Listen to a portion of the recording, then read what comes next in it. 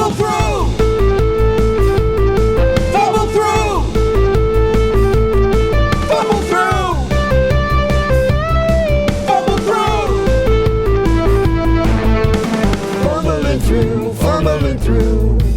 Fumbling through, fumbling through. Fumbling through! The hurrier I go, the behinder I get. Welcome to Fumble Through. Fumble through. A podcast that knows if you don't know where you're going, any road Fumble will through. take you there. Hurrier? The hurrier. Is that a word? Yeah. The hurrier I go, the behinder I get. I don't think that's a word. That's It's from Alice in Wonderland. Is that what they named the jump jet after? Yeah. And so I enjoy. Here's a peek behind the curtain for the people that listen to us. I enjoy that Lindsay is talking to me about words that don't exist because I've read your text messages, Lindsay. I need a decoder ring sometimes to figure out. Hey, at least I fucking write messages. If we go through our chat, there's like 30 Lindsays to one everyone else. Is that telling you something? Yeah, it's telling that your communication sucks. Let's talk about that, Lindsay. Let's talk about that. Can I just swing back around? What do you mean?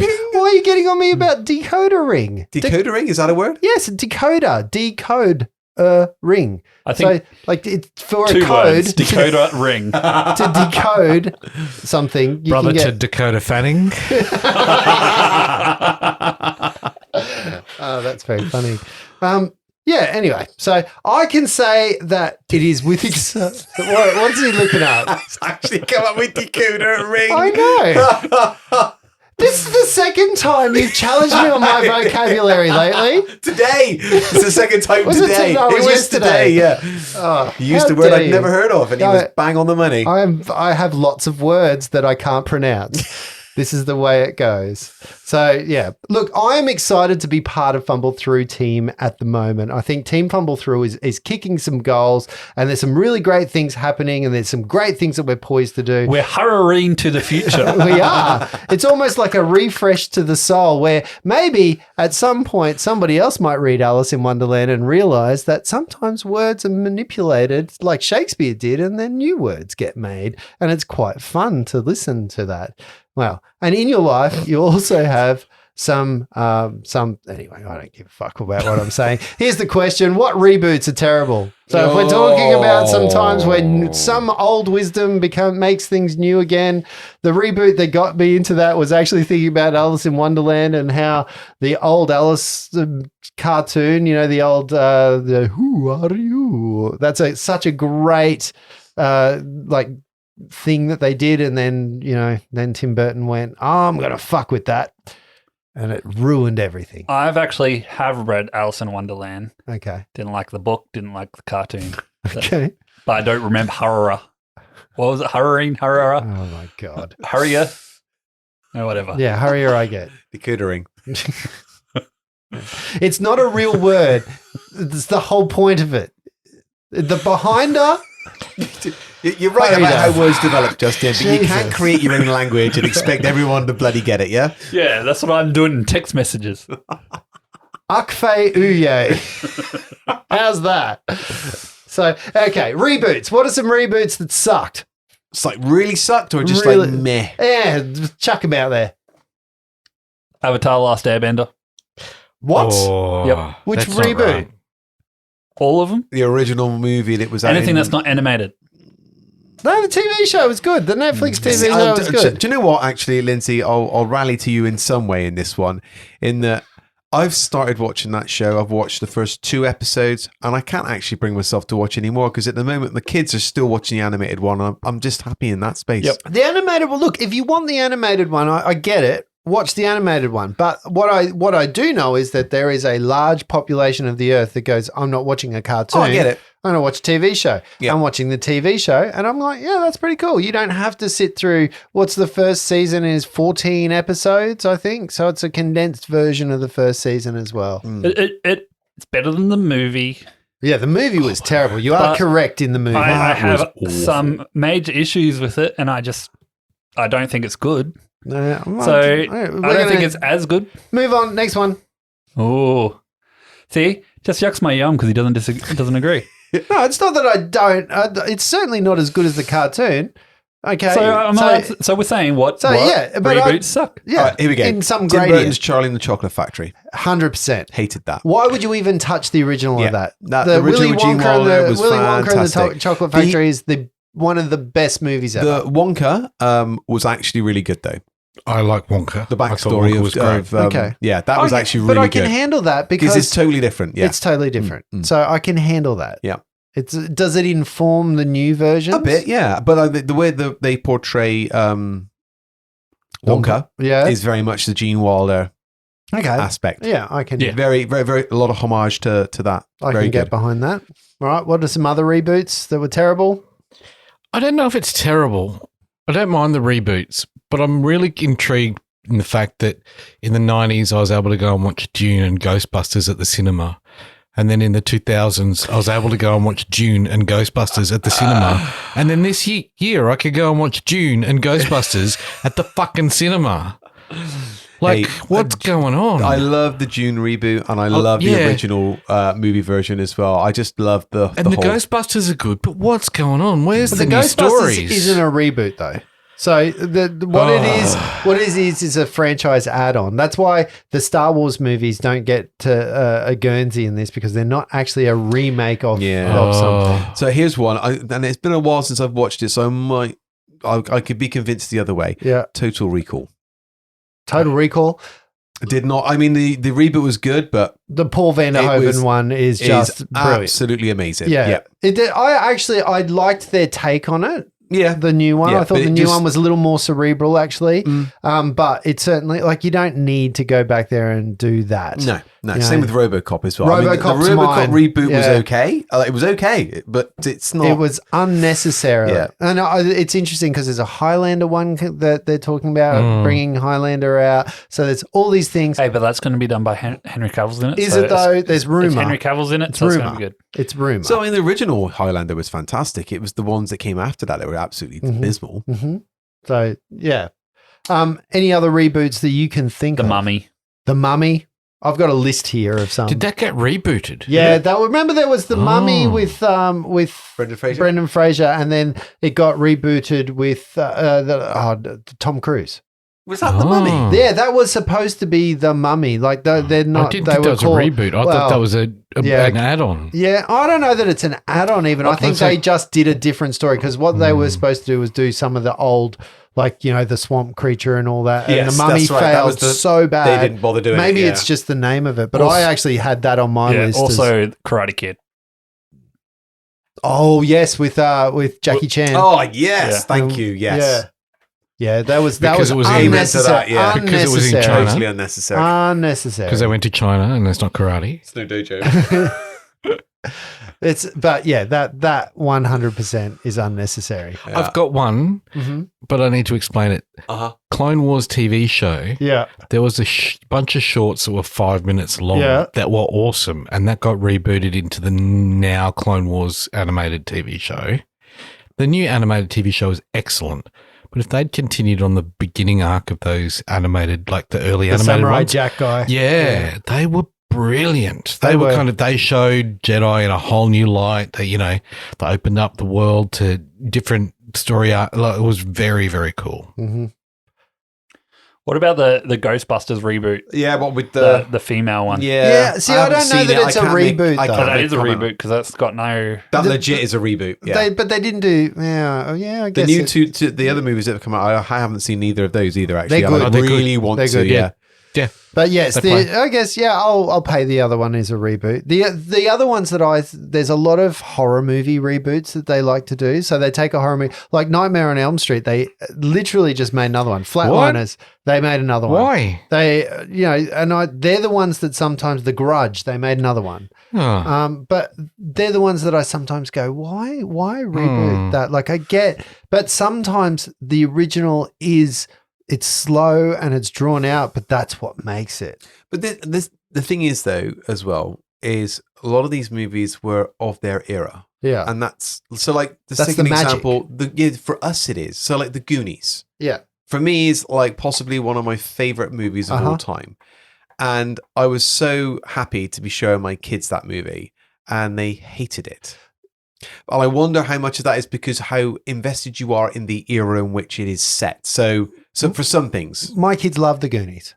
So interesting. Maybe it's so. I think the Goonies 100% holds up in today's modern day. I think so. I think it's one of the best movies. Might be girls. It's there. It could be. It's It could be. It could be an age thing too, because I waited till my kids were a little bit older till I showed them Okay. Goonies around the Mine were 9, traumatized by it, around I the must admit. 9-10 Yeah. kind of thing, because then they get all the sex jokes Yeah. that he tells. You know, when he's trying to do the Spanish and he's Yeah. like The go to the statue, sex penis and all dungeon that, and yeah. the penis, like, you know, all of that kind of Can stuff. I just bring up the Grudge that you said? Don't count the Grudge as the English Grudge as a reboot, Yep. because it's done by the same guy. I think it's just a translation from the Japanese one, because it's almost a lot of it is almost scene by scene from the Japanese one. There's a new Grudge out. recreation. A new Grudge out. I'm fairly sure there's a new Grudge. So that's where I thought. I know there's Yeah, a Japanese Lindsay's one. opinion on the Airbender series. Is that Grudge dead? Well, there's 3 Grudges originally. There was Grudge 1, 2, and 3 that were all continued on from the same word grudge. house. Now that's a word that if you keep saying it, it transforms. Grudge, grudge, grudge, grudge, grudge, grudge, grudge, grudge, grudge. How do you feel, Justin, about the Spider-Man reboots? I don't call them reboots. That's interesting, because I would never have actually thought like, I get it, but one's there's- Spider-Man, the Amazing Spider-Man, and then because for me it's like the comic books and they're just different universes. No, I think that's a cop-out because they were all the same origin stories told in a different way. Similar, like Fantastic Four reboot. Oh, horrid! Well, Yeah. all the Fantastic Hellboy. Four What about movies. Hellboy reboot? That was, I didn't mind it, but I it don't wasn't mind great. Ron Perlman as Hellboy. Hellboy was great. No, it wasn't Ron Perlman. It was the cop from Stranger Things that did the reboot. Oh, that's as right. the- That's right. That's There right. was a Grudge reboot in 2019. I didn't know that. Yeah, because it wasn't good. All right, So, where do we stand on Superman? again, I don't class them as with reboots Kryptonite. So why don't you class Superman as a reboot? because I don't. That is like literally 100% a reboot. Yeah, and now that I'm thinking of it, it's weird in my head because Spider-Man also goes through the Do you know what I think origin it is? story in both of Yeah. them as well. I think it's because the comics kind of do reboots Yeah, all, they do. all the time, and they kind of consider it as a new story arc. yeah, I think or that's a kind new of what. take or a new, And because yeah. they're all comic book, you've It's kind of interesting. compared them to. Comics. It's No, interesting. Yeah, I It's not would have, interesting at all. but I would have You're wrong. said the Fantastic Four ones are Yeah, definite reboots. But yeah, very good, very Star Trek? interesting. Oh, What do you mean reboot? well, the Movies. Chris Pine movies. Excellent. Okay. Excellent. What are But- some reboots that got it right then? You think the Star Treks are better than the original Star Treks? Oh, hell yeah. With William Shatner. Hell yeah. And Spock. You don't have to wait for every second one to get good. The I mean, there is the rule of the even number is the one to Yeah, watch. Yes, yeah. not 100% agree with Not that. in Star Wars. So when you say reboots that got it right, do you mean better than the original? Yeah, ones that actually you're like, oh, okay, that was a well deserved. They did a good This job. could be a very like short the June, list. the June conversation. Like you guys are really loving the new June. Yes, but I don't. love the original. Yeah, I don't know that it's better. It Okay. like It's it just- can do different things Yes. because of technology Yep. and it can do a whole heap of other things. But they do a scene by scene of jumping on the worm, and both of those There's a lot of scenes s- are yeah, there's a lot- superb. Okay. Yeah. It's just that I think that the original one, because it couldn't There's do what worms? it needed to do because of technology, just had all that voiceover whispery shit that was Yeah. annoying. That's all. But in its time, it was new and it was great. Lord of the Rings, from the cartoon to the movie. That was a cartoon. Yeah, Yeah. the old Lord of the Oh, Rings mate. cartoon. Great. When did that come out? 70s? Yeah, wasn't born then. early 80s maybe. And it was the animation style was kind of felt like it was humans. it was reanimate- overlaid on actual- yeah, Yeah, they video had footage, people yeah. actually do stuff and then they did And the then- cartoons yeah. over top of them. So like Fire and Ice did that same So it's thing. early CGI, Mm, early mocap. Yeah, it was good. Early mocap. It's really weird because Andy Serkis was in that too. He's in everything, that guy. Reboots that worked. Interesting. It's hard to think of.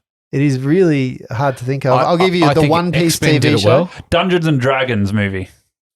Yeah, That's I really like the new that's Dungeons and a reboot Dragons that movie. worked. Yeah, I think X-Men did it well. X-Men in X-Men First Class ones. Going from Patrick Stewart to Not Fassbender. What's the other guy's name?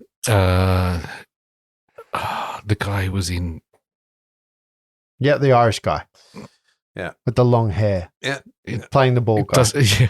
Long hair doesn't work for X-Men when he's playing Charles Xavier. Yeah, that guy from Lock, Stock and Two Smoking Barrels. Was he in that one or was he in Snatch? No. No, it wasn't in Snatch, no. Whatever his name is. He was with Michael Fassbender. Yeah. But yes, again, I'm not sure they're reboots. They're prequels. The first class ones. They actually go back in Oh, time. that's true. That's true. And now we know they're in a different universe too. But also, it's very interesting. You've unlocked a revelation for me that I don't class comic book movies when they actually redo them as redos. And it's probably Superman's probably the one because that movie sucked. Which one? The Man of Steel movie. I actually really enjoyed Man of Steel. Man of Steel was not a good movie. So I think Henry Cavill is the best Superman, but you don't tell the story of Superman that he was like 42 by the time he became that dude. Both of his dads were Robin Hood, and he still fucking sat there and watched one of them die. I'd never even thought of that. Both Robin Hood. Yeah. Yeah. Yeah. That's changed everything. Reboots that are really good. I can't believe you think he's the best, better than Christopher Reeve. Yeah, I never thought Christopher Reeve was a good Superman. I'll tell you who I love as Superman. If he was a good Superman, he would have been able to handle a horse. There's nothing to follow that with. Sorry. The best Superman at the moment is the guy who plays Superman in Superman and Lois, the new TV show that's out right now. I think he's. I don't like Superman. Can't remember what his name is, but Travis Keogh. He came from the Supergirl TV show, which was in the Flash universe, and that show is great. But he is an excellent Superman, and they literally just cancelled that show because they're about to reboot all of the DC stuff. They're about to redo all of it. So, yeah. Here's one. What? That I think is a better reboot. Go. Batman. Dark, as in. So I can go either way with this. Yeah. So I can either go with the Christian Bale ones, or even the new. Is it Patterson? Oh yeah, the Batman. The Batman. Yeah. Again, fantastic compared to the Tim Burton ones. Yeah. Interesting. Again, don't class them as reboots. It's so interesting in my life that it's just. Maybe it's because you don't throw away the beginning. Can you hear how Justin won't admit he's wrong? He just doesn't class them in a certain way. No, it's really interesting. What I will say, I agree that the 1960s ones over the top. It's such a blind spot. I'm acknowledging that it's a blind spot for me. Have you noticed that though, as in human behavior, that no one ever says just "you're right." They always go, maybe you're right. Maybe you're right. I thought you were saying, Justin, you're right. I've said, can you get that you're as right. I've said you're right. I don't think I have ever heard those two words without a maybe in front of them. Reboots. Ready? Yeah. James Bond. Oh. Yeah, 100. Oh, where do you go with that? Right? It's a roller coaster, isn't it? It is. It really is. So, Casino Royale with Daniel Craig that's been is made 3 times. Possibly one of my favorite movies out of all the Bond ones. The only other one that comes close to that is You Only Live Twice because it's ninjas. And it just captivated me when I was younger. Nah. Roger Moore, I never enjoyed as a Bond. Again, Roger Moore, I never really enjoyed. The Man with the Golden Gun. Again, Roger Moore, I never really enjoyed.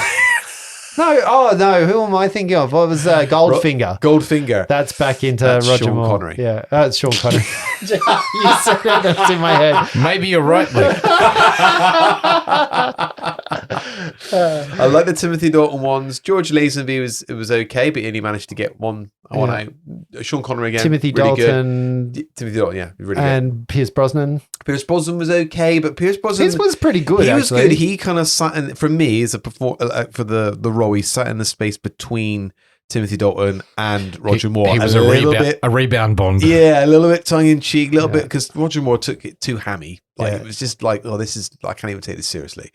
So you got that good balance. Whereas Daniel Craig's was like more like Timothy Dalton's, very serious, he was a secret agent. Yeah, he was a killer. You know what I mean? It's like you took him seriously in what he could do, he could actually do. But Casino Royale, just fantastic. Yeah. Even, what was the second one of those? Quantum of Solace? Was that the second one? The start of Quantum of Solace 10 is minutes amazing. is amazing. Yeah, It is absolutely first a amazing. magnum opus of joy. The first 10 minutes of every Bond movie is that. Oh, yeah, but what's really special about Quantum of Solace is it literally picks up from the last scene of Casino Royale. Yeah. They've never done They that do before. the Bourne kind of thing. You're Right. cutting across the sea and straight into the car chase. Just absolutely fantastically done. And that is just they're the long shots of that going over. Phenomenal. It's so amazing. I'm going to watch that later, actually, now It's that you've reminded me of that. It's so really, good. really cool. Sorry, I nodded off. Yeah, you're right. But James Bond movies are the best. Maybe you're right. No, maybe. No, he said, yeah, you are right. All right.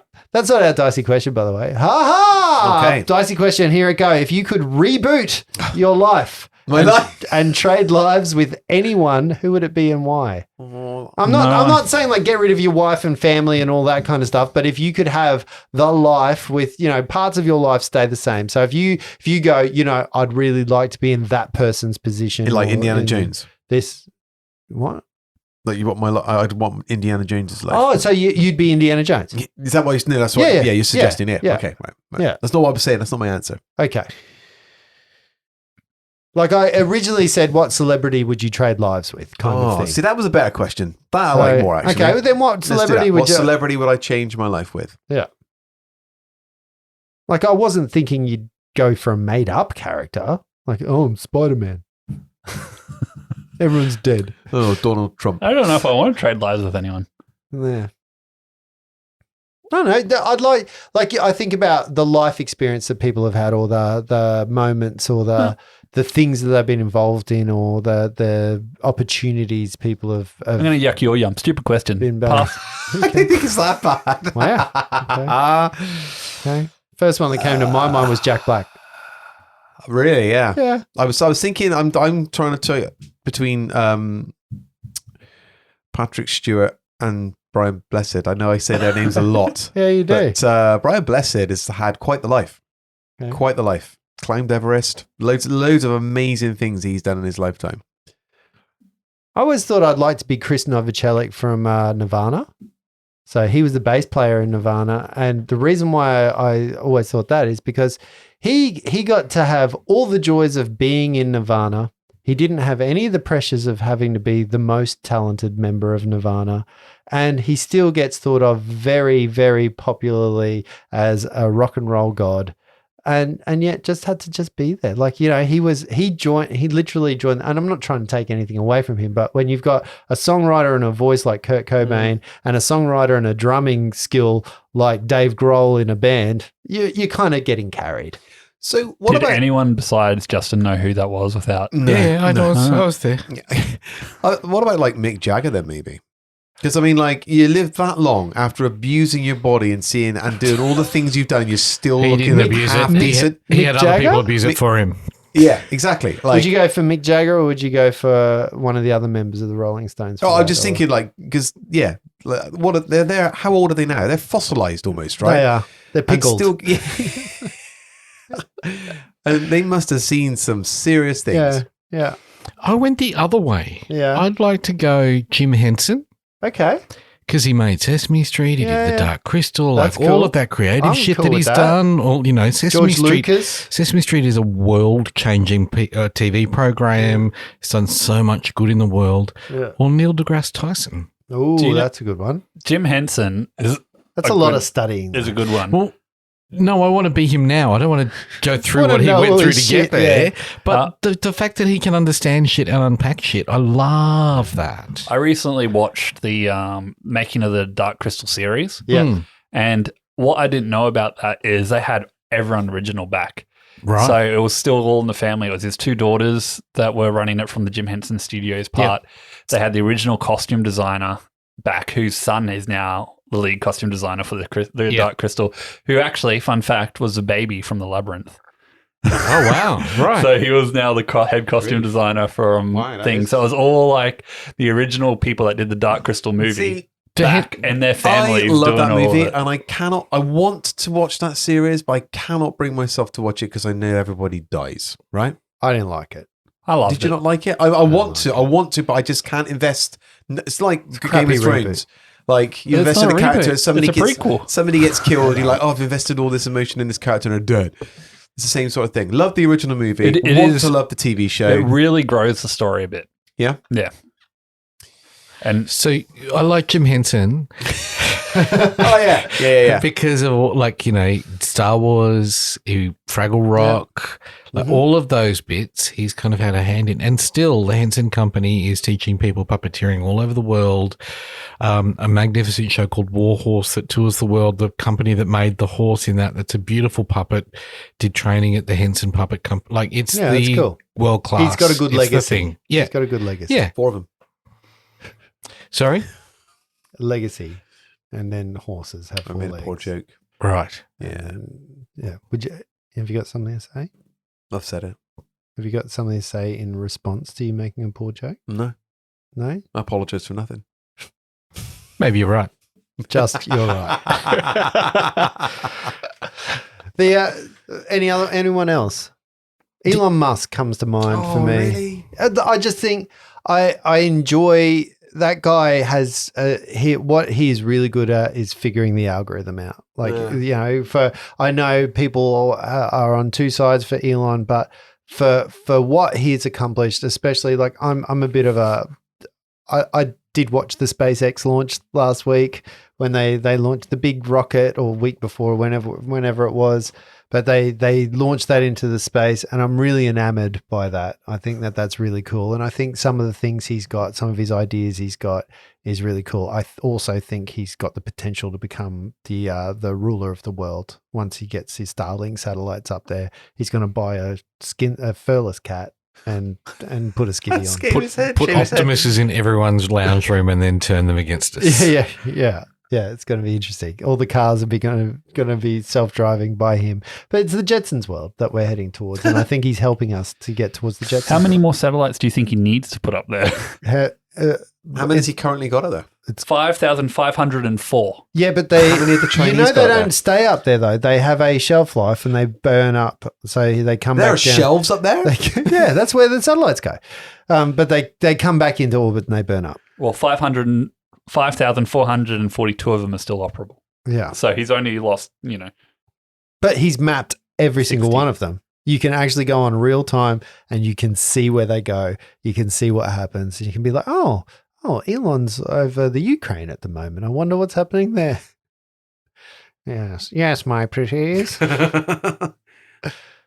There's something beautiful about Robin Williams. I know there's a tragic arc there and he's been through some shit, but I think there's something nice about his, messing around with Muhammad Ali, being able to, play in all the movies that he did. He was well loved. Well, yeah, and he was quick and smart and funny and skillful and soulful and kind, and maybe that was his undoing. Yeah. Yeah, like I think about Billy Connolly, but then he had a pretty rough childhood and stuff. So, and a pretty bad ending too. So, well, that's an ending that. Well, so did Rob Williams. That's true.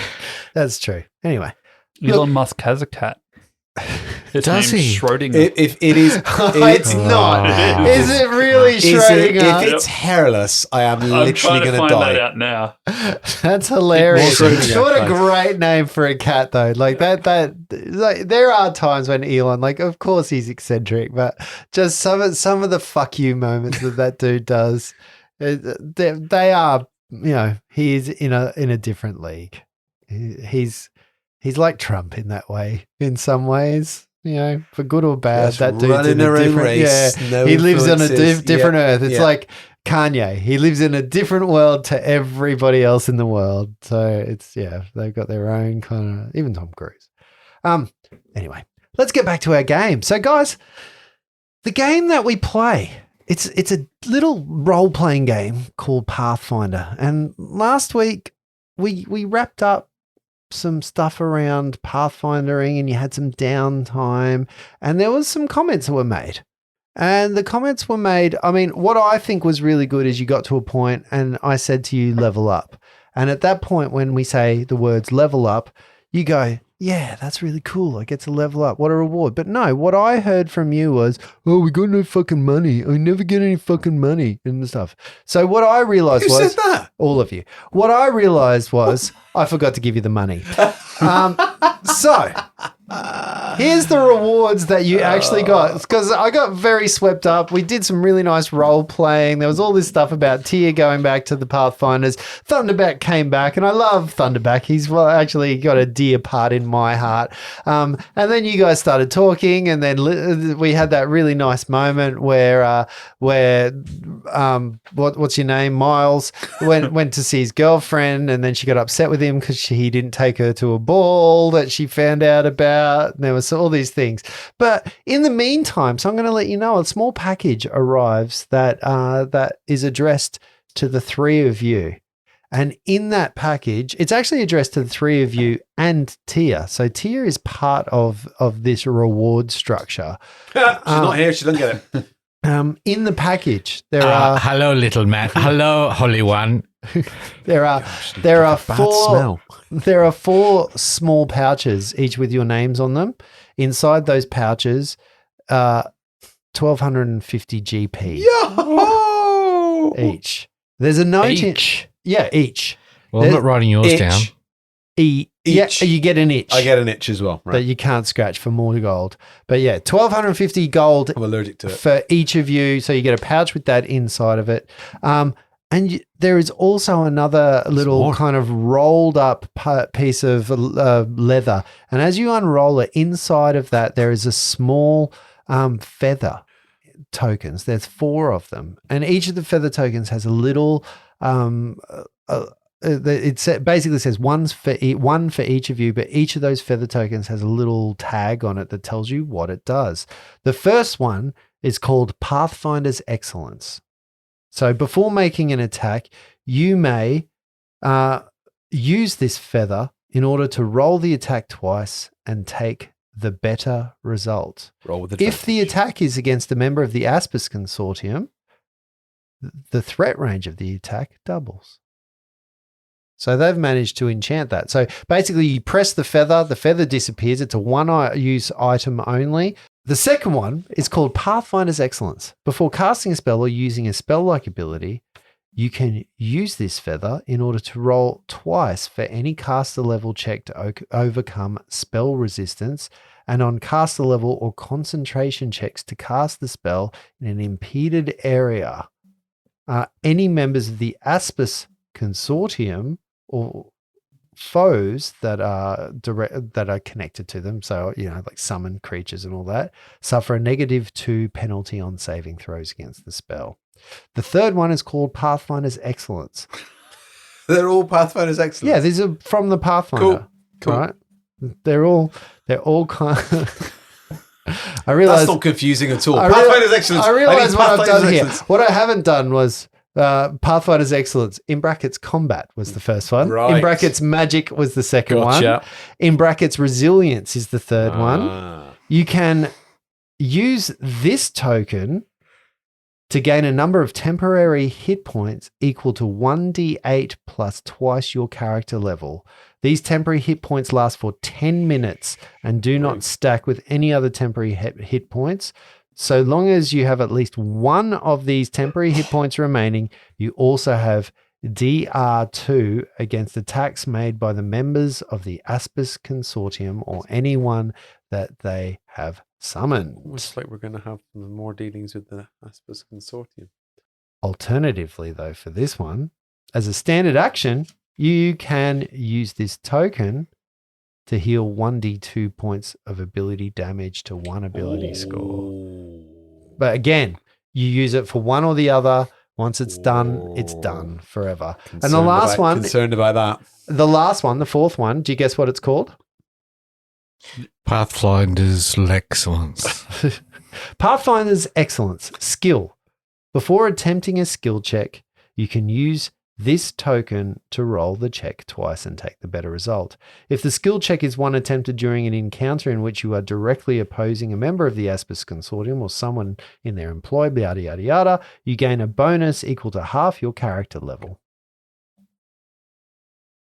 So there is the intent of this is that each of you get one of these tokens, one for each of you, depending on how you want to put them out. That's up to you. None of them are super useful for me, except maybe the resilient one. So you guys take what you need, and I was thinking of taking a Pathfinder's Excellence. Oh, Tia, you should probably have the combat one. What are these? They're magic. Ooh. Tickle. You're pink. I beg Your your fancy. Tickle your fancy. What the fuck, man? Tickle me pink. You've never heard of that phrase before? Tickle me pink. That's what Sorry, you it said. just came out a little bit fractured there. Sorry. That was very forward of Reggie. Just because you are at level height does not mean you can talk about it. Sure. You have that, Tia. See you later. Bye. Which one? What now? The combat one. All yours. The hit points one. No, the combat one. It's interesting that you On take attack rolls. Actually, yeah, you've Yeah, I got was loads going of to hit say, points, right? does Tia really need to attack to roll twice and take the better attack result? Like some of these actually sound really good in the opposite. Where, I'm like, Reggie, you take the hit points. All right. The hit points. Yeah, the hit points one. And take the attack. Okay, cool. There was And you take the concentration check, Miles. why I don't make concentration checks. No. But they will have to take a -2 against your... No, because it's not a spell. You're the spell guy. It's a supernatural ability. Okay. Flopsy wants the skill one. Sure. Because when he makes a knowledge check... You're not taking any of these. No. It's like the boons all over again. I was yeah, I think he wants a further geography skill, the knowledge check on geography. Miles is the glass-jawed one of the group. Hey, Actually, hit well, points, sorry, that's good. Flopsy is the glass-jawed one of the group, but Flopsy Miles generally isn't too doesn't far off. Yeah, get up in everything. Miles isn't too I far haven't off. been getting up. Well, Coup de grace. yeah, true. But it was on the ground. Does Miles want... It was a calculated risk. No. Okay. So Tia's not so sure she wants them either. So Flopsy and Reggie both get 2. I would need to take a hand off my sword. I don't want to do that. That's fair. I hear what you're saying, Tia. I think feathers look very distinguishing. You can have all of these ones. Flopsy just takes the skill one and leaves the rest with you. Okay. Have I got? I'll put in my hat. I got a hat. I got a hat. Put feathers in my hat. Tia takes all the Did gold. you say that you would like a hat commissioned? So, where we left off last week, you guys were on the way to the Blackross Museum. You had just been employed. Well, that was In before we order- got 1,500 gold. Now I want to go shopping. Too late. 1,500. Yeah, you gave yourself a bonus on that. Just Hang because on, you why have I did only get. got 1,200 gold. That's a feather surcharge. Yeah. So you're on the way to the Blackross Museum. I believe that the Miles tried to send his new little clockwork familiar That's right. off his sprite. What's the sprite's name? Cinder. Cinder. And Cinder got a little distracted, and we realized that Tia's been being played a little smarter than she is in the way. Really? She's been played by Brett, so maybe it's a very different thing. But the Blackross is calling, so essentially, you guys are being asked to go to the Blackross Museum to help out with something that both the Watch and the Pathfinders are equally enamored with. So essentially, the Pathfinders have asked Thunderback to get in touch with you and to get you to go to the Blackross Museum. Are you going to go get Tia on the way? Are we able to swing by a weapons store along the way? Yeah, you can do all your shopping on, we don't need to actually role play that. I would buy a cloak of resistance. I'm just buying a light crossbow. Flopsy's shopping for lots of shit. He finds it quite funny that you guys think you're just spending 1,250, but you want some more money. No, I'm buying a cloak of resistance. I've just bought a belt of giant strength. At a considerable discount. Yeah, so the Blackross Museum. Cool. Let's head there. Let's go to the Blackross. Yeah, so do we, Tia? Hello. Right. All right, Let's so go. so you are going to get Tia in answer Yes. to that question. Now that Shouldn't this Tia's is the response problem be yarp? from a GM's perspective. Anytime you give them gold, they just back into books. Just Sorry, into the. I had this all sorted out last week until you decided to yuck my yum on my intelligent familiar. So this is on you, buddy. So where we left it last time, you guys were on the way to the Blackross Museum. You've been hired to go back. The Pathfinders had gotten in touch with Thunderback. Thunderback had asked you guys. The commissioner had seen the deputy commissioner. Had seen the chief who came and saw Sergeant Thunderback, and he said, "We need your special abilities to come and sort this thing out inside the Blackross Museum." You had actually tasked Thunderback with asking about how to get there. So he got you a special assignment into that place. How are you guys going to proceed? I know last time you tried to go and get Tia, which was a bit of a failed thing. Cinder got distracted by something shiny and then came back. We're going to walk there. Okay. So you walk. So you're going to travel into the area where the Pathfinder Lodge is. Interestingly enough, as you start moving from precinct to precinct into the different districts of Absalom, you see the change that your district, the stability of your district is certainly not reflected in that of the other districts. Some of the calamity, some of the mistrust of the Watch, some of the people. There have been riots in certain places. There are still signs of people that have boarded up windows trying to get away. People sometimes see you. Any of you wearing your watchman's gear or anything to do with the Watch? Oh, well, 100. Yeah, we're going on duty, right? We've still got our badges. Yeah, you've still got your badges and all that stuff. Are you wearing them openly is the question. Yeah, we're going on a mission. Flopsy isn't. Okay. So Miles would be in his military jacket with his badges all I on would it. have had that to he got. get it repaired Yeah. because it got burnt. Yeah. What about you, Reg? Yep, I'm my usual normal fatigues, but a bit badge. The closer you start getting to the Pathfinder Society, it starts moving from, wow, this is really what happened here, to, oh, wow, there's something bad went down here, to people overtly being aggressive towards you and starting to sort of spit in your direction or make snide comments about, the Watch, useless Watch, what are they doing here? Scum. Don't need that scum around here. And as you get close to the Pathfinder Lodge, you can see a picket line of watchmen outside of the Pathfinder gates who are still there. You can see a bunch of protesters outside. You can see a lot of news and reporters, and that whole idea that there is a bit of a sit-in. Even after all of this time, there's still a presence outside of the Pathfinder Lodge stopping people from getting inside. So there's no Pathfinders out there guarding. The Pathfinders all seem to be inside the gates. So the gates are shut. The gates of the Grand Lodge are shut. Okay, we And have approach. been since you left them. We approach the watchers. As you start moving in with your watchman uniforms, the first thing that happens is there is a bank of people that you have to get through. So there's the crowd outside. They turn and they see you and they start spitting in your direction and go, "Leave the Pathfinders alone. They've done everything to help us."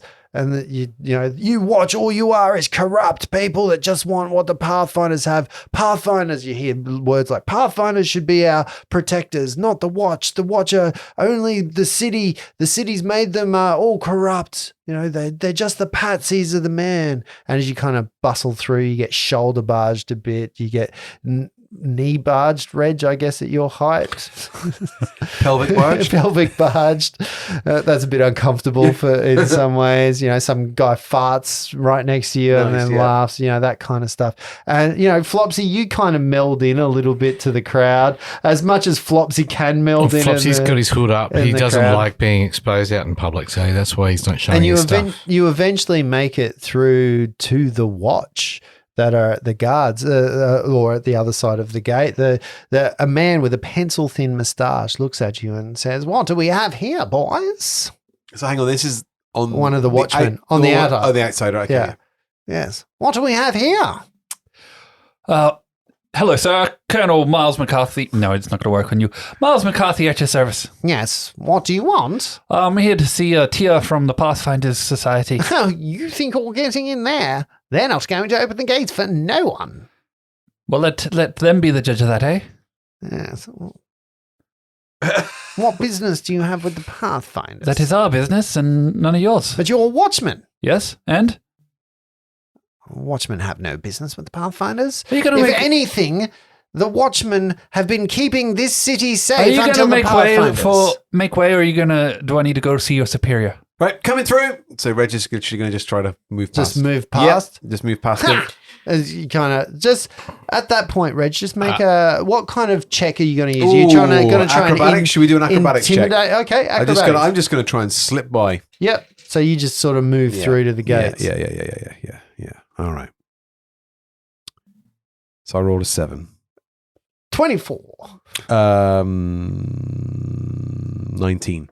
19. Yep. Yeah, that's enough for you to weave and dodge. You kind of get through. While Miles is talking to this guy, you kind of just duck and dodge and weave through to get to the gates. On the other side of the gates, you can see a person with a Pathfinder. They've got their little the Wayfinder, and they've got the Pathfinder insignia on them, and they're standing there with a large halberd. You can see they're in armor. They look quite aggressive, and they kind of look at you.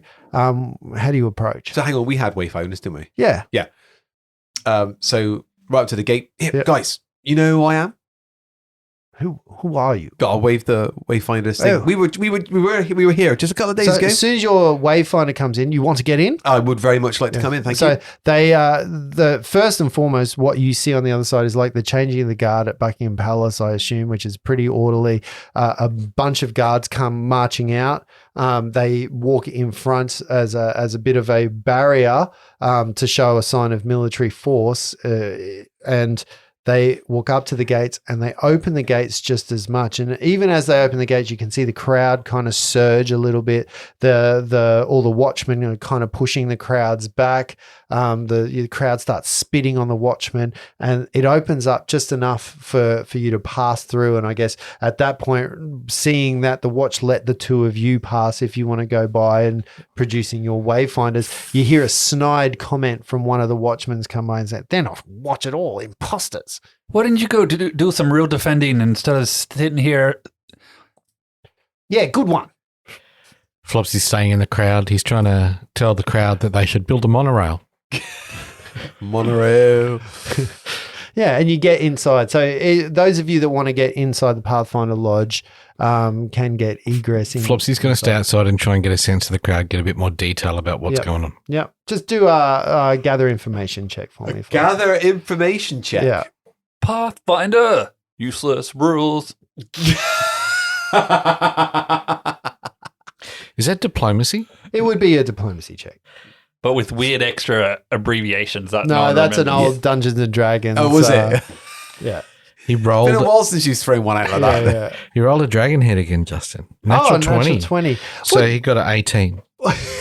What you get, Flopsy, is the sense that there's a real divide between the watch. There are a lot of people in the crowd here who are protesting actually against the watch being here and stopping the Pathfinders from leaving. So since what happened at the convocation and everybody seeing, and there was a way of them trying to spin the conversation from the watch that the Pathfinders were putting everybody in danger, and that when some of the Aspis Consortium escaped, they actually people got hurt during that. And that came because it came from the convocation, it came from the Pathfinders.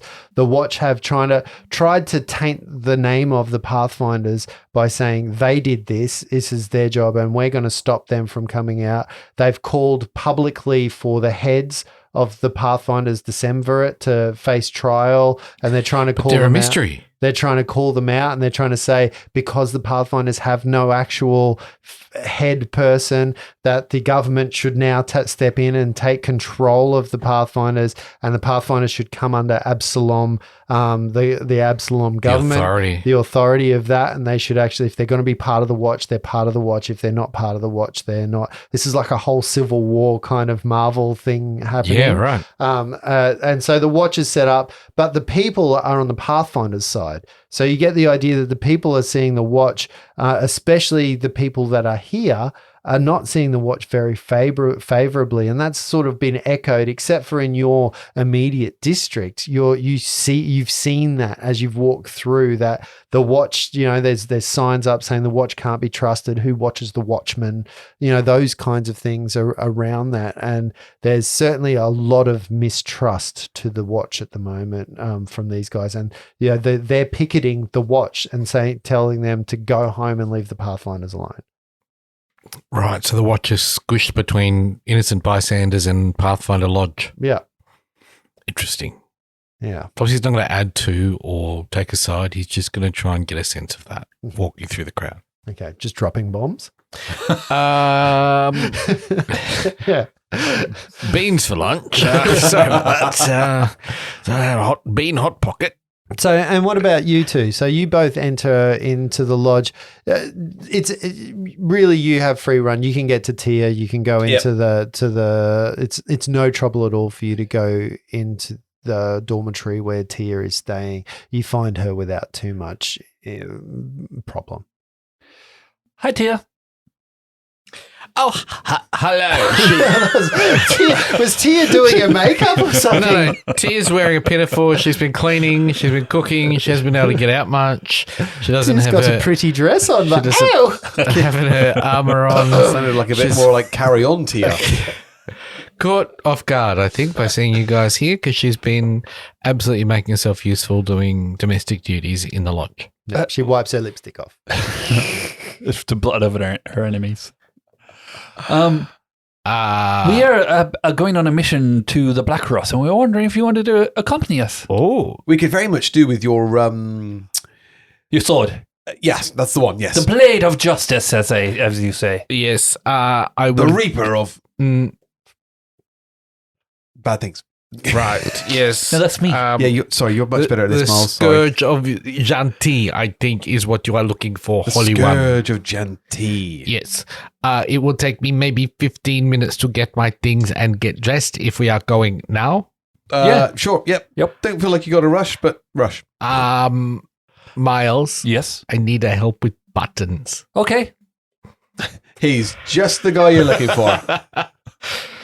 And then she goes to get her tatami Please don't dough make this on weird. and get it all sorted out. Yeah. Shut the door. 20 minutes later, you find yourselves back at the gates. There's a lot of packing, a lot of stuff. Disappointing. Miles looks hot and bothered. Hi. Yeah. I'm going to have a chat with one of the Pathfinder guards. Yep. And be like, why don't you guys? What's the problem here? Like, are the watch stopping you from leaving? They're not stopping us from leaving, but they've got a feeling that the Absalom government can take control of us. They're calling for the Pathfinders to become, criminals, because they say we have no authority to do what we're doing. We've endangered the city. You were there.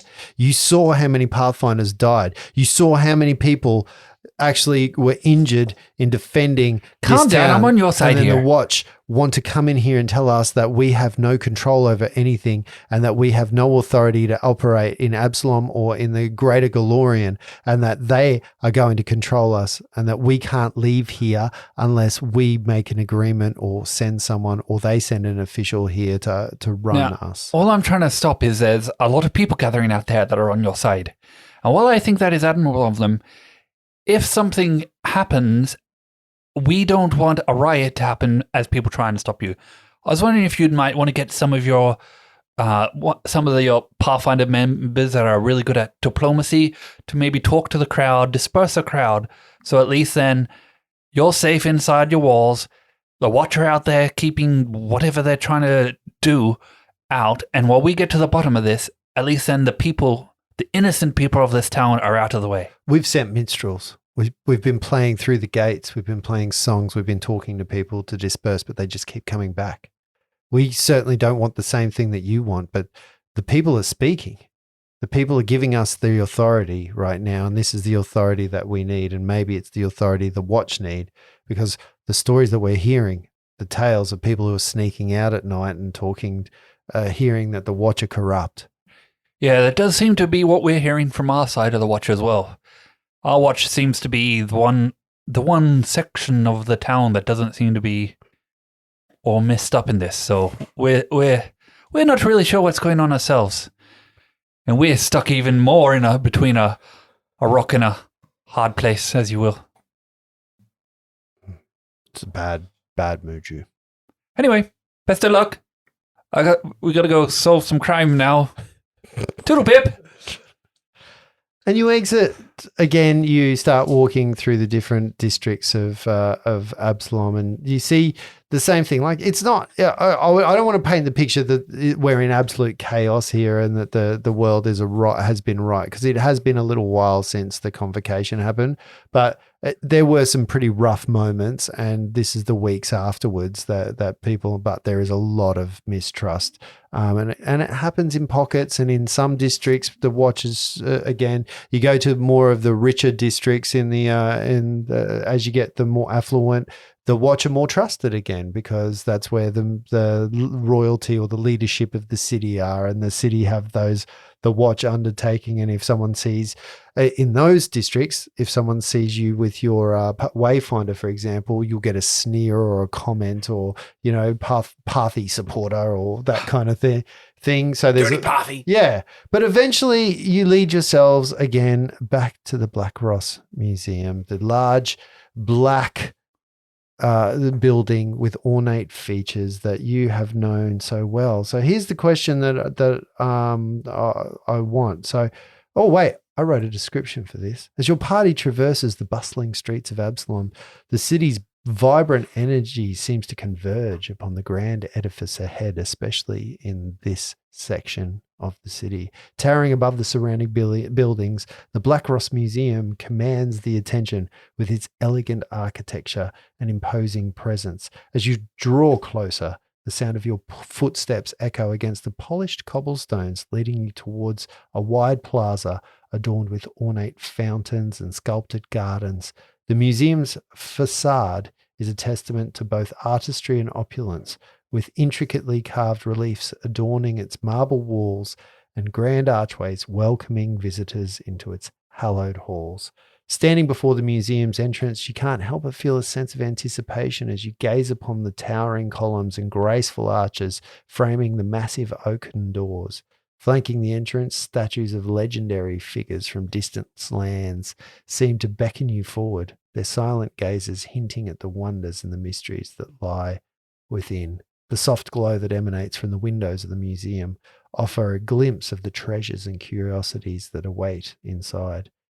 The air is alive with the hum of activity as you are anticipating going inside the Blackross Museum. Did you want to do any kind of knowledges, anything that you want to seek knowledge or find out about? Again, Flopsy, you had some time to talk to people. You've walked this way through the throng, through the people in the town. Do you want to do any diplomacy, gather informations, knowledge locals, knowledge histories, knowledge geographies even? I got knowledge local and knowledge engineering, if that helps. I think Flopsy has given up on trying to find out research, because every time he has tried to, he's hit a dead end. Mm-hmm. And like all of the books, all of the places he's found, he's here going, look at this. It's magnificent. Yes. Look at those beautiful bas reliefs. And this is made by somebody who knows what's going on in the world and can represent it in fine architecture. I'm so glad we're going to get inside and check out the stacks, as it were. Mm-hmm. Anyone else? No. I would mind doing some knowledge. I've got history, which might help, on Nigel Aldane, since he's the person we're going to go have a chat with. Okay, so you do a knowledge history or a knowledge. It's more knowledge nobility that I need for Nigel Aldane. So the history. Just tell me what you got for your history check. 21. 21. Ooh. What that does, obviously history tells you a bit more around Ralzaros, the Overwatched, and his part in bringing this solid stone of volcanic that he's created the Blackross Museum and the fact that it was abandoned and it was bought by the Blackross family. So what you are finding, what you kind of look at is the Blackross family side of things, and the Blackross family are very renowned for their daughters being the people that carry Matriarchal the family. that carry the Blackross name. So males marry into the family and they have to pay quite large dowries. The females of the family are often adventurers or the Indiana Jones types, I guess. And Lara Crofts. Thank you. That's a much better one. And they're the ones that are renowned for bringing artifacts back to the museum, and people that marry into the Blackross family often pay large dowries. They're often, they court for a long time. Some of them are arranged marriages. Some of them, usually the Blackross men are from high-standing families or from something that can offer the museum some kind of, they're chieftains or they're, tribesmen and all that kind of stuff. Nigel Aldane is the husband of a Blackross. Oh. So he's been the curator. So over the years, there have been many curators of the museum. He is the current curator of the museum, and his connection to the museum is that he's married into the Blackross family. Does he have any teenage daughters around 18 to 20 something? No. Damn. Okay, so we probably will go up to the front doors where there was guards last time, if I remember correctly. Mm-hmm. At this point in time, you give them your credentials. Yep, I would probably hold up both the Wayfinder and the badge. Mm-hmm. Do you say your names? Yes. Because that's what they're looking for. Yes. Yeah. So Miles McCarthy of the Pathfinder Commandant. and the Watch. Commandant Miles McCarthy of the Pathfinders and the Watch. Is he our commandant? Self-proclaimed, yeah. I saw Nazi. as you step across the threshold, the scent of polished wood and ancient parchment fills your senses, mingling with the faint aroma of incense. You are, for the very first time, achieving the Blackross Museum entry. A ripple of energy pulses from the entryway, and those of you wearing the ring or adorned with that mark, that swirling mark, get that familiar pull of a portal. There's a flash of light and that greasy feeling that you well know descends upon you. However, there is no shimmering portal. There is no in the past you've seen the light and you've had to walk through something that isn't there, but you've kind of, it's almost like you've already gone through a portal, that same feeling. You look back and again, you can see that same courtyard, the same fountains, all of that. You haven't changed geographically like you have every other time that you've passed through a portal, but everything indicates that crossing this threshold is almost like crossing one of those portals. So even out the windows looks exactly the same? Everything looks the same. Oh shit! Here it comes. Let's get ready. No hole in the ether as it is. That was very strange. Well, yes. It's almost like we're in a different dimensional space. Correct. If we're going to find the answers, though, here is this place to do it. Look at the beautiful fine wood, the scent of incense in the air, the beautiful smell of part. Come on, let's go. Flopsy. Let's just look. Flopsy. Eyes on me. 1, 2, 3. Arcane section. We just need to be cool. Just need to be calm. Yes. This will come. We have a task. Bombs at hand. away. No. No, I'm putting the bombs away. Yes, good. Yes, Right. yes, Okay. yes. So we'll have a little a goosey later, but Little gander. let's work our way in under the guy what we're supposed to be here for. Well, There might be some evidence in the arcane section. There might over be there. a reason for us to look in there, but right now, let's just stay together and stay And if not, calm. we will work it into the reward of completing our current task. I hope you understand that I have quite some executive function holding this off for later.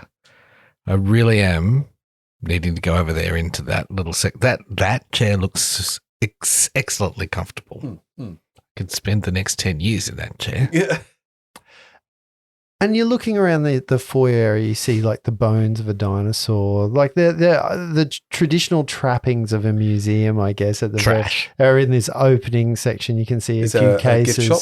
You can see a gift shop or to the side. You can see a few cases that have definitely displays in them. It's also at this point where you're looking around and you're thinking the inside of this place looks much larger than the outside portrayed. Like that's a bit strange to you.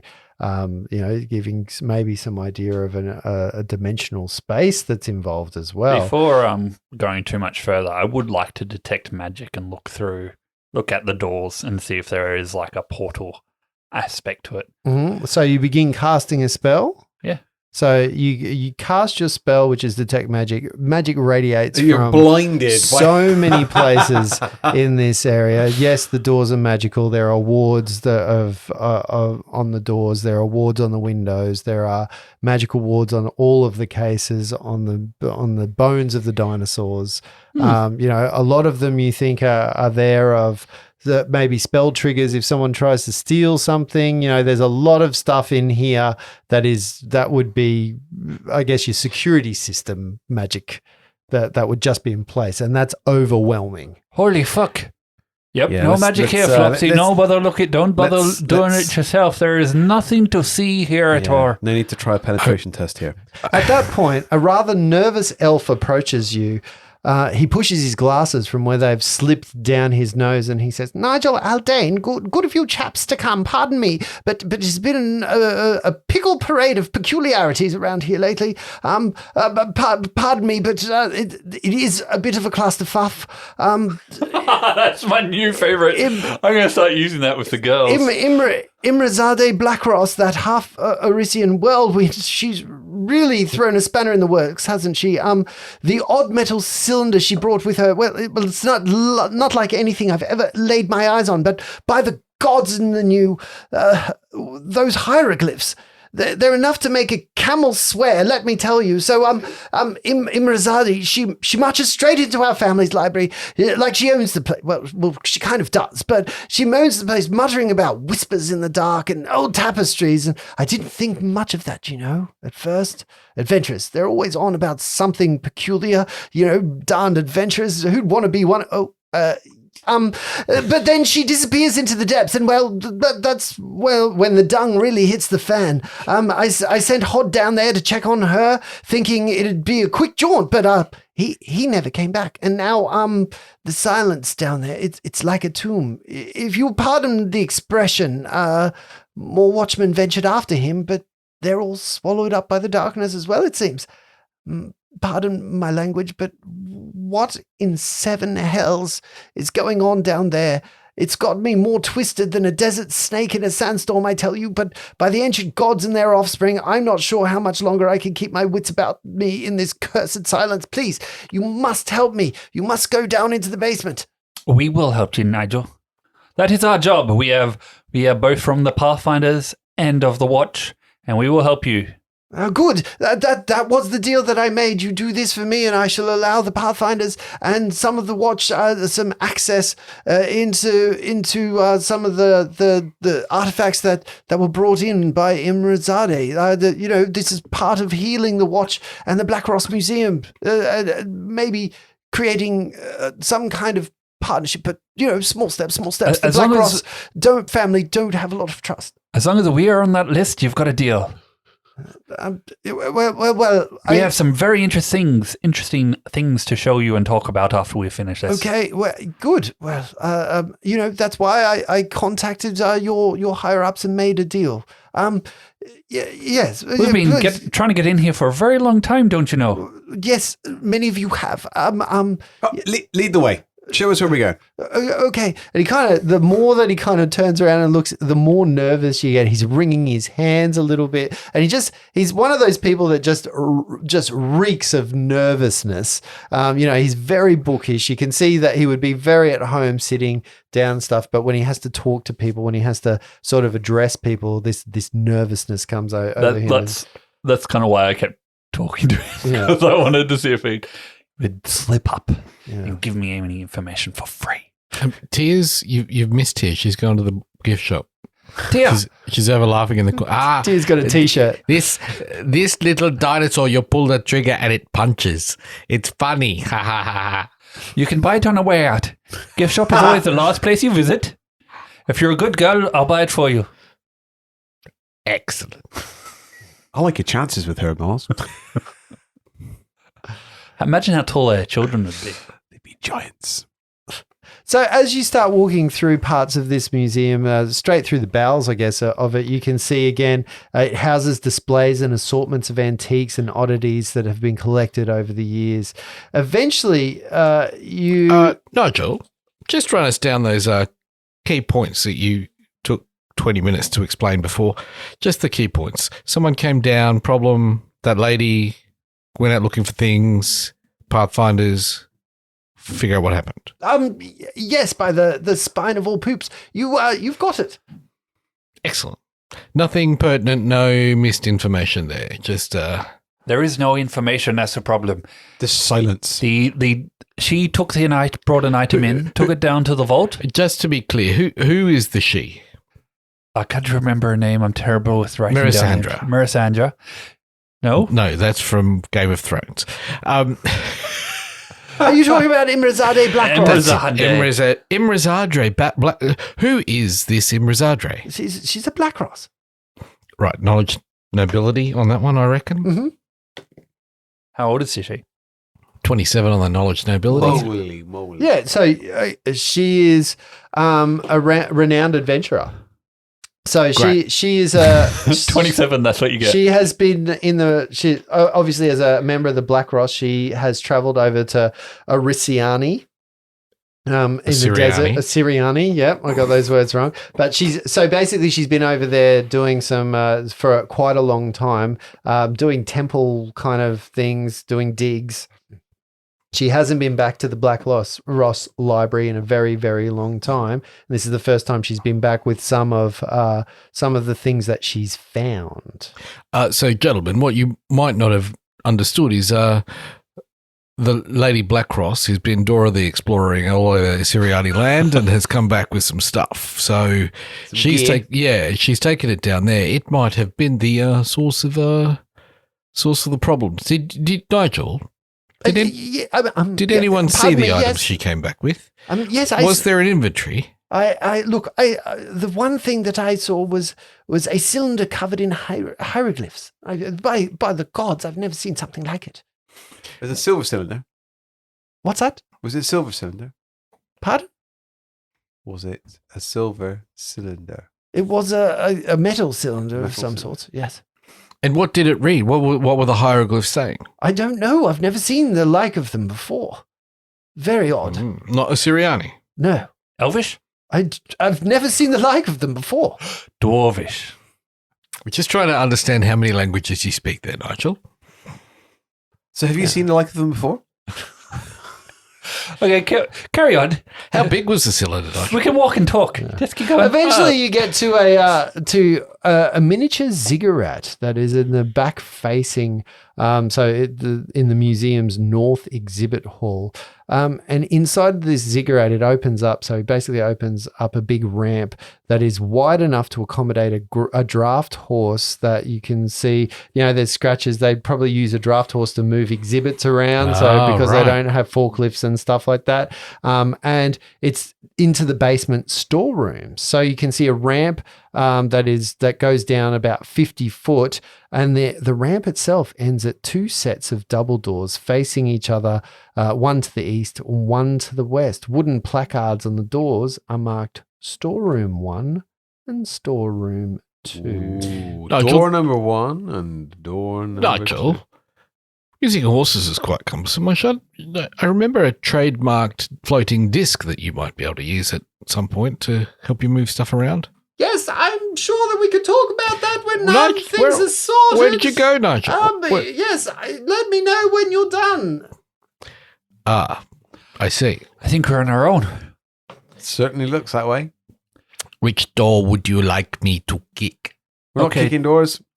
They should all be unlocked, hopefully. Okay, team, What's the plan? Split the team? Nah, just joking. Let's try door number 1, right?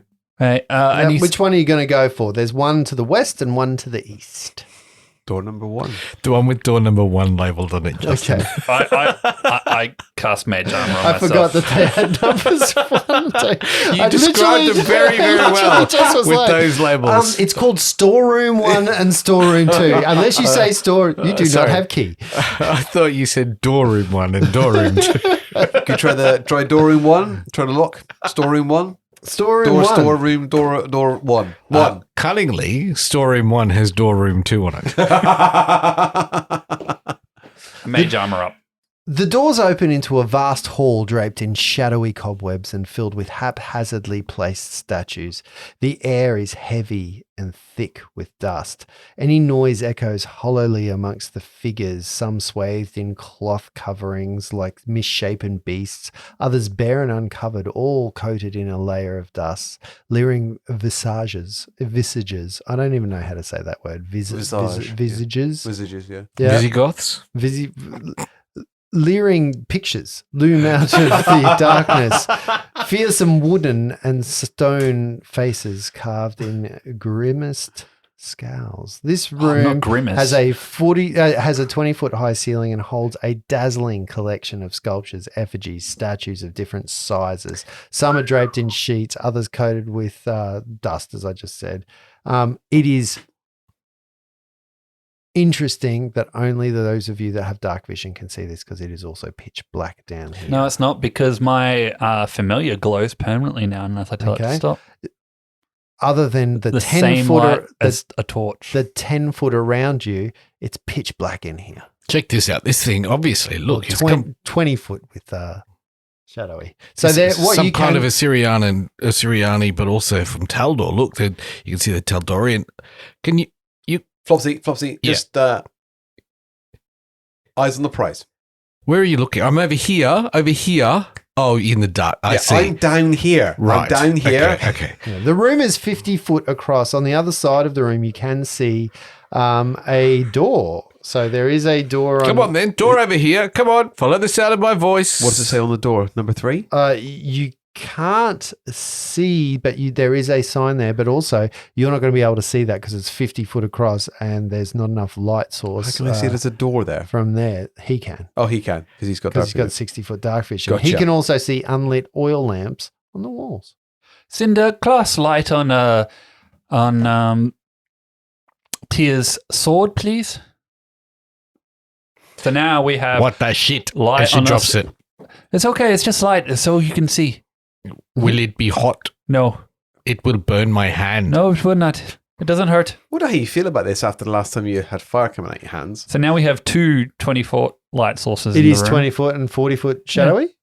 Yeah. Yep, okay. I couldn't remember if light was 10 foot and 10 foot shadowy or 20 foot and 40 foot shadowy. So, cool. Flopsy's at the door. Okay, yeah. So you're all standing at the precipice of this room looking inwards. Okay.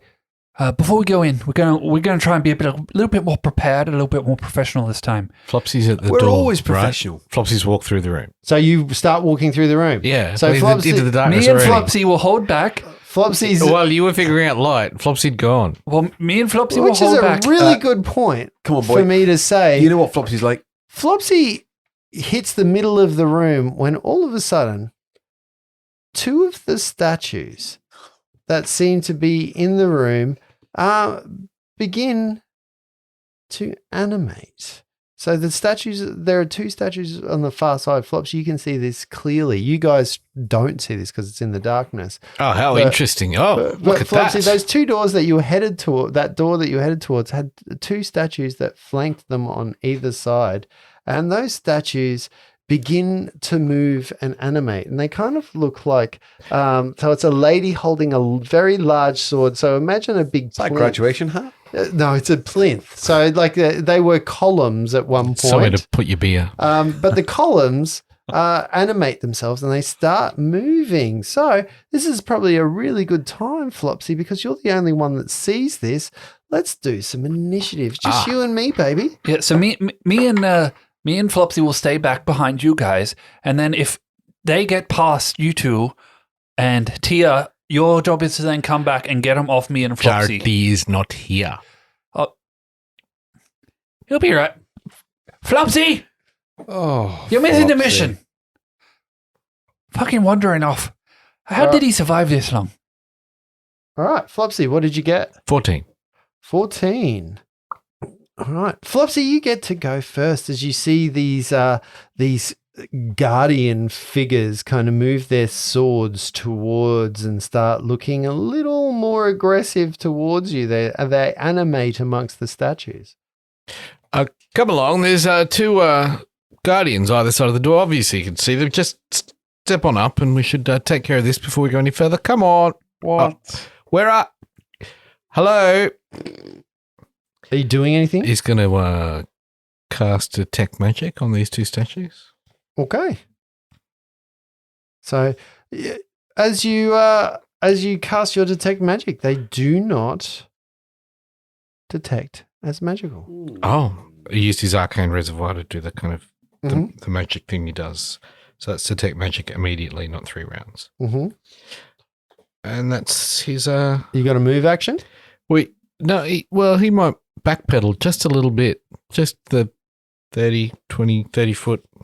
He Okay. walked up. So you go back to the door. So Flopsy emerges back into the light source, which is a really interesting thing because Flopsy is followed by 2 very large stone statues. So these things are construct. Immediately you recognize them as almost living, moving stone that moves. They are cumbersome and they move a little bit slowly across the way, but they walk right up behind Flopsy, and unfortunately, Flopsy, these guys are quite large.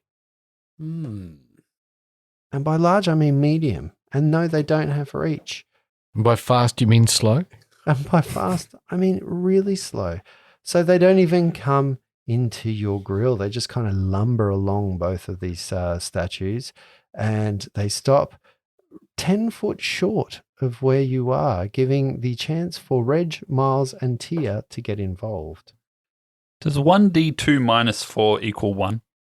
Yeah, correct. Yep. Interesting. Are we rolling initiative? Yep, roll initiatives, please. 20 for Reg. 20 for Reg. Yep, Miles 8. and Tia. 23. Oh, wow. Tia goes first. Tia, it is your go. About 15 foot away from, actually, because you're all in the doorway, I'd say it's probably about 20 foot away from you are 2 statues that look like they have chased Flopsy. She's going to pull her sword and step on up. Okay, so you move up into base to base. What are you going to do? I wonder what happens next. She's going to gently caress it across the face and say, "Hello, friend." Okay. No, she's just going to stand there. She's not going to attack it because it hasn't attacked us, but she's going to stand as the first line of defense. Okay, so she stands as first line of defense. Reginald, what are you going to do? Will a knowledge engineering check work for this? To find out what it is? You know it's a construct, so you feel like it's in the same vein as the clockwork, like it's living stone at this point in time. Does so it you can appear see to it's a be statue hostile? that's come to life. It looks like it's hostile. It yes, looks like very it's much so. hostile. How far away am I from it? So you're again 15 feet. 15 feet. I'm just going to move myself in between Flopsy and said statue. Are you getting into base to base? With is With it the right up statue. with No, they were 10 foot away from me. No, I'm just going to get them base to base with Flopsy. Okay, so you stand 5 foot away from Yeah. them in front of Correct. Flopsy. Okay, Correct. all right. Flopsy, what are you doing? He pulls out his hand, drops a drop of acid onto one of his fingers, and then flicks it at the statue. Oh, And an acid splash arcs out. the one to the right or the left? The left, please. Okay. Does a 20 hit? Yes. Doesn't fumble. Oh. Does it A land on my glob head? of acid flies straight past this creature, and you can see it hit a priceless artifact at the end and melt its face off a little bit. Oops. The two statues, one of them moves up to Tia, one of them to Reg, because they're the two closest combatants. Cool. Face to face with Tia, right up into Tia's grill it goes. And the first of the statues against Tia, that will be 18 to hit. It does not hit. And against Reginald,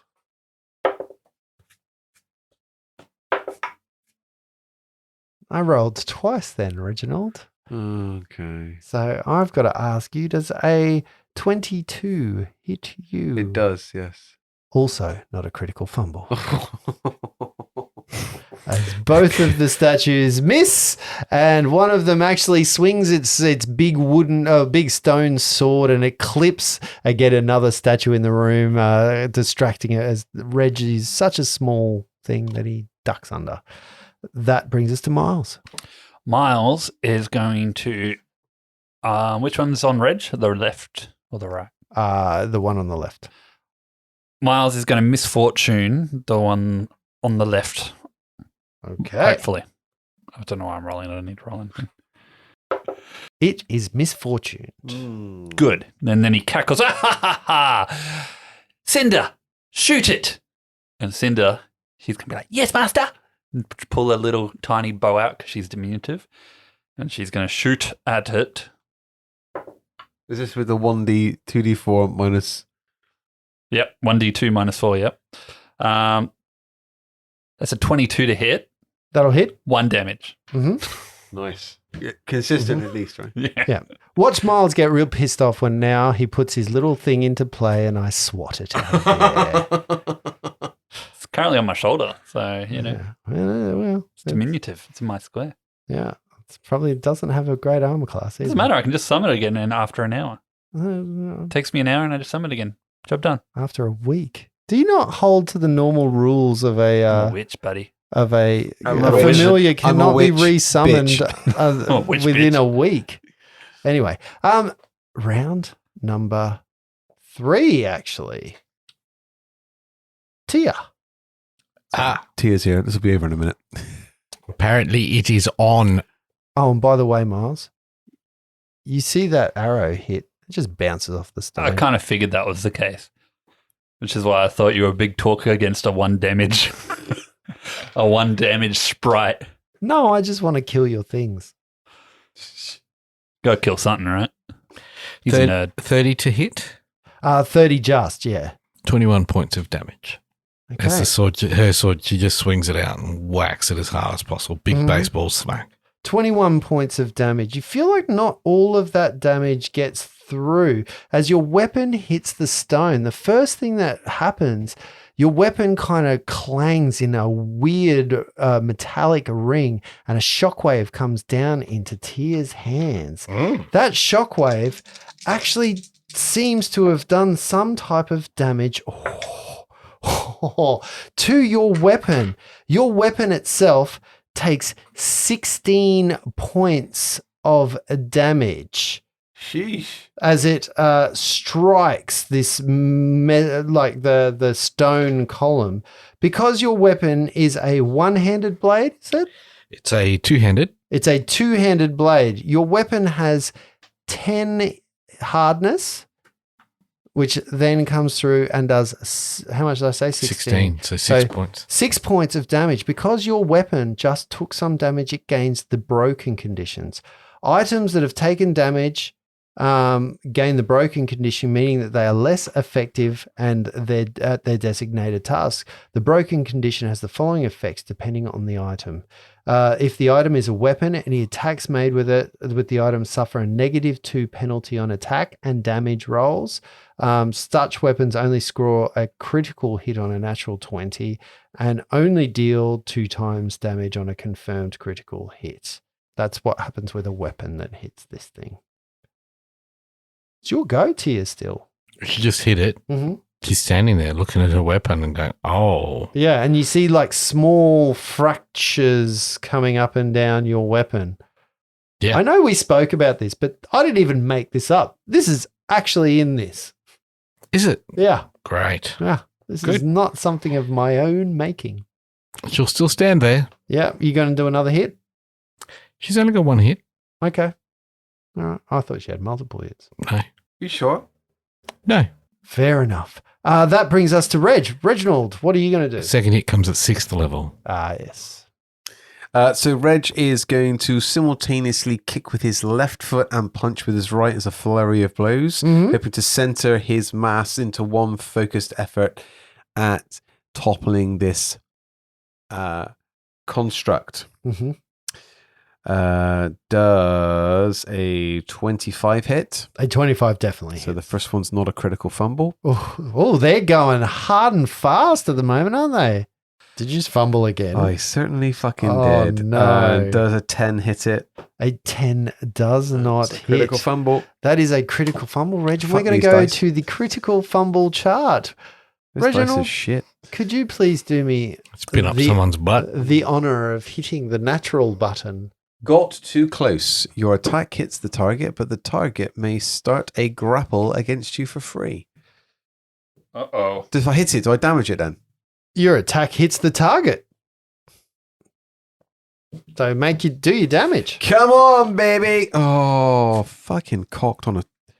Okay, 4 points of damage. So the dice go up. Oh. The dice go up to a d6. Yeah. But the damage is Only always... by one. By one, yeah. I rolled a 3. Okay. And you added your strength. Yes. Excellent. Just double checking. Yeah. Just double checking. You punch the stone. The effect of punching stone isn't very effective, I guess. And you see no real clinks, chinks, cracks, anything that happens. As a matter of fact, your knuckles get hurt. But what it doesn't say here is that what it does to natural weapons. So I'm going to assume that you don't suffer the same consequence to your bone structures that Tia's sword suffered. Though you said the creature Gets a free grapple. gets a grapple against you. That's an interesting thing to do. And as it attempts, it's not a grapple more than kind of it moves towards you and shambles and tries to step on your foot, keeping you in place. Like that's kind of what I would assume would be the grapple as it's moving, it's lumbering. But I don't believe that a 10 is going to. No, that's actually less than 5 difference. Is there something that happens there? No. Oh, okay. No. Flopsy. Flopsy's going to try a knowledge check on these things to see what they might be vulnerable to Mm-hmm. and what might work to kind of get us past them. Is it Arcana, Dungeoneering, Engineering, Geography. Local, Nature? Either way, it's 19. It's a knowledge arcana check. I got a 19. You know that this is a construct of some sort. The constructs have the following features. So essentially, they have no constitution score. They have dark vision. They have immunity to all mind-affecting effects such as charms, compulsions, morale effects, patterns, and phantasms. They have immunity to bleed and disease. And they cannot heal on their own. They really don't have a weakness as such, other than the fact that they can't be healed. Once destroyed forever, though. Yes. That's on top of course, seeing what it did to Tia's weapon. Yes. That's right. How far away from each other are they? They are right next to each other. Great. One of them's getting a bomb in the face. That's a 13 to hit it. A 13 is that a touch or just normal? I don't think so. It misses then. It lands in the space. Okay, so it lands in the space next to it. And they both take 7 points of damage, reflex 15 for half. Okay. Cool. One of them takes more damage than the other one does. It seems one of them moved out of the way. As it was tripping over Reg, it seemed to actually move out of the way a little bit more deftly as it stomped on Reg's foot and then tripped a little bit, and it seemed to work to its It advantage. did roll with disadvantage. And there. Oh, well, you see, the thing about charms, compulsions, is that Mind affecting, my friend. Mind affecting. they're immune to them. Yeah. So now you know that. You, Flopsy, probably would have whispered that they weren't part of that world. Nope. You didn't say that? Nope. Okay. Tia, Everyone knows that. Obviously, everyone knows that. the giant column in front of you. I'm just going to roll twice. Okay. Tia, I don't believe that a 12 is going to hit you. No. But the natural 20 that preceded it definitely will. So that is just a regular strike. It's not a critical. But you are going to take, my unholy friend, 10 points of damage from that. Reginald, you have one that is in front of you. Sure. And that is going to be a 17 to Not hit enough. you. And so it again tries to strike at you with its giant sword and misses. Miles, what are you going to do? Miles is going to try and misfortune the other one. Yep. Yeah, I pretended then. Joy. It's not mind affecting. What? What is it? It's a supernatural ability of bad luck.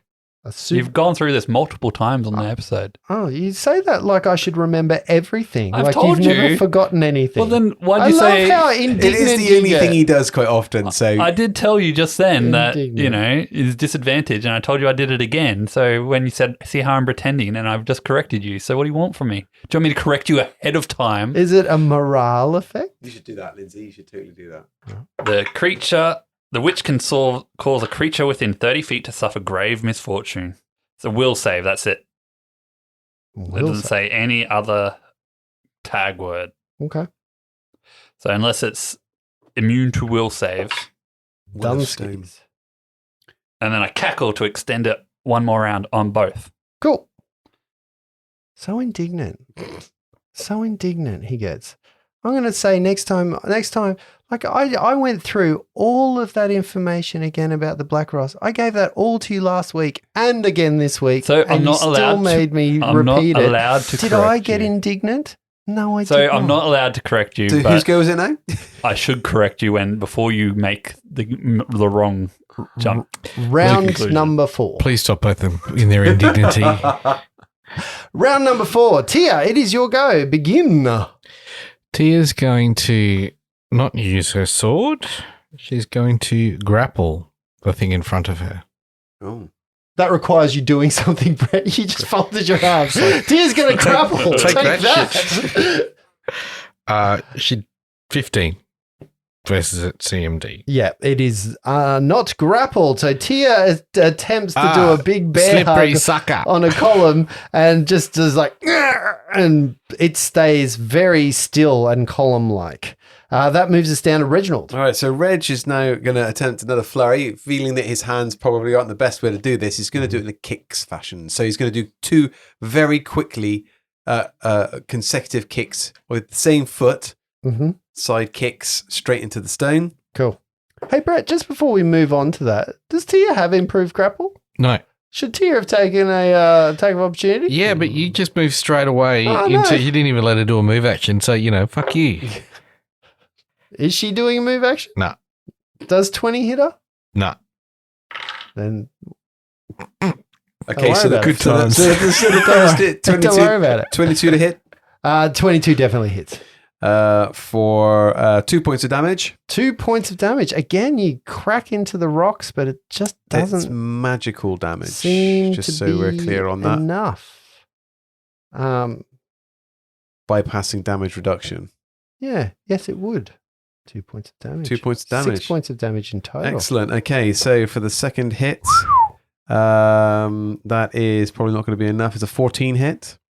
A 14 hits. Oh, really? All right, so that's for 5 points of damage. 5 points Magical. of damage against this creature. Yeah, and as a swift action, I'm going to expend one of my key pull points to get another attack in my full base. Oh, look at you go. This is a paladin worth of attacks. All right, here we go. So Almost this one. got half of a Tia's damage. So 17 to hit. 17 definitely hits. All right, and that is for max damage, 7 points. Let's go. Oh, look 7 at you points go. of Magical damage. That Boom, boom, is- boom, boom. Did you add 1 for magic? You don't have more. No, it's different. It's Despite treated passes. as It's magical. just treated as magic weapon. Yeah, don't give me hope. Flopsy, That's great. You It's did a your great go. job. Flopsy, what you doing? Flopsy's going to try his acid splash one more time. Yep, left or right? Left. 24 to hit, Justin. Touch attack. It's Is a it? ranged touch. Yep. 24. Yep. Do you want to know what the touch attack that you missed last time was? Nope. Okay. Because in the immortal words of our brother, when he plays this game, everything hits. Everything hits. That's a critical hit with a splash damage on that Okay. acid splash for 5 points of damage. 5 points of damage. And did you say left one? Left one. Yep. Does that Flopsy's trying to acid etch it away, thinking Yeah. that So might- a glob of acid hits into it, and of course you see the pittedness of the stone and the sizzle as the acid moves away. You did double your damage then, didn't you? Correct. Okay. 2 1d3s. Yes. Yeah. Okay. Look at that. I Yeah. hit it right between the eyes. And Look at that. if I'm not mistaken, the acid stays there till next round, does it not? Well, you may well. I've got until next round to research that, Justin. What was it? Acid splash. Drop of acid on my finger. No, that's something different that I was thinking of. I was thinking of acid arrow. That brings us to 2 enemies. The first one upon a Tia who is trying to grapple it. That will be a 20 to hit Tia, which we know does not. Just And caressing each other, against standing there. Reg again does not hit through on a 12. So not going to make it. Miles. Okay, Miles, is there any like chandeliers high above or anything? No. No, not this storage room does not have a chandelier. I don't know. All right, I'm just going to stand there cackling manically to keep the things up, and Yep. I'm going to be like, Flicker, go in, Flicker, Cinder, go and cast Enlarge Person on Big Reg. It's his favorite. That's Reggie's favorite. Okay. So you imbue Cinder with a spell, Yep. and she moves off to touch somebody with you. How much dex do you lose when that happens there? Like, Let's find out, shall we? Let's find out what happens there. Yeah. I thought this was really good last time we did it. No, just his face as you did that was I there. know. But we're going to find out what happens next time. Because we've run out of time, gents. We've run out we're of in the time. middle of it. We're in the middle of it. I'll figure out what acid splash does by next time we get to it. Sweet. Yeah, the acid orb of acid is 1d3, and no, it doesn't keep It's going. a- Whereas an Melf's acid arrow or acid arrow Milf's acid arrow. What? is the one that goes on and on and on. Righto. It's a little bit like Lindsay. No one bit with that one.